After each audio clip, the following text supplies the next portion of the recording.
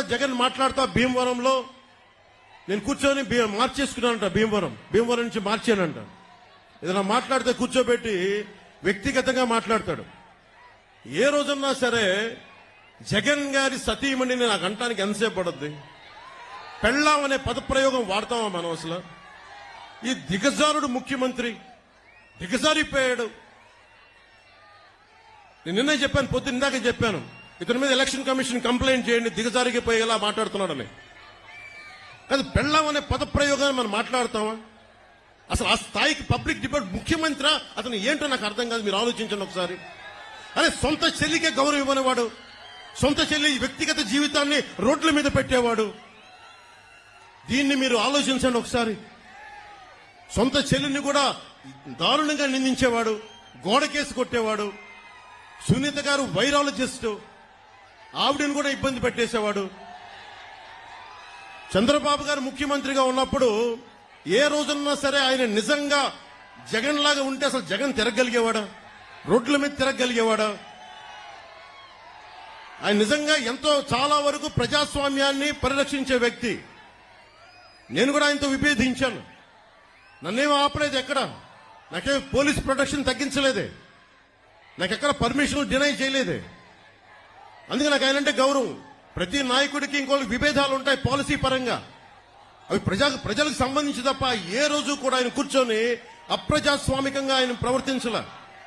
జగన్ ఈ రోజు కూర్చొని మేము రోడ్ల మీదకి రావాలంటే అన్ని ఆంక్షలు పెడతాడు. అతనే కొట్టుకొని మా మీద నెపం పెడతాడు.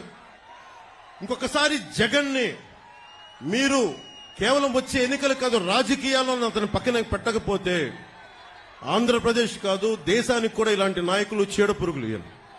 మీరు దయచేసి బలంగా పెట్టుకోండి. మీరు గనుక బయటికి వచ్చి బలంగా ఈ రోజున చిన్న చిన్న ఉత్సాహం కాదు, పాలపొంగులకు రాకుండా నిజంగా లోతుగా అధ్యయనం చేయండి. మీ భవిష్యత్తు ఇది. నా భవిష్యత్తుకి ఇబ్బంది లేదు, చంద్రబాబు గారి భవిష్యత్తుకి ఇబ్బంది లేదు, ఆయన కుటుంబానికి ఇబ్బంది లేదు. కానీ ఇన్ని కోట్ల మంది ప్రజల భవిష్యత్తుని ఒకళ్ళు బాధ్యత తీసుకోవాలంటే చాలా కష్టమైన పని. మా సైజులు మేము తగ్గించుకున్నాం. చంద్రబాబు గారు దాదాపు ఎన్డీఏ కన్వీనర్ గా ఉండి, జాతీయ స్థాయిలో ఎన్డీఏ కన్వీనర్ గా ఉండి ప్రభుత్వాలు నడిపి కేంద్ర ప్రభుత్వానికి కీలకమైన వ్యక్తిగా ఉండి ఈ రోజున తగ్గి ఆయనకి ఎమ్మెల్యేలు కుదించుకొని తగ్గించుకొని వచ్చారు. అలాగే నాకు కూడా ఓట్ పర్సంటేజ్ పెరిగి కూడా నేను తగ్గించుకున్నాం. మనకి బలమైన బందర్ను కూడా తెలుగుదేశం పార్టీకి వదిలేశాం ఈ రోజున కొల్లు రవీంద్ర గారిని గెలిపించడానికి. దీనికి కారణం ఏంటంటే ఓటు చీలకూడదు. ఎందుకు చీలకూడదు? మీ భవిష్యత్తు కోసం,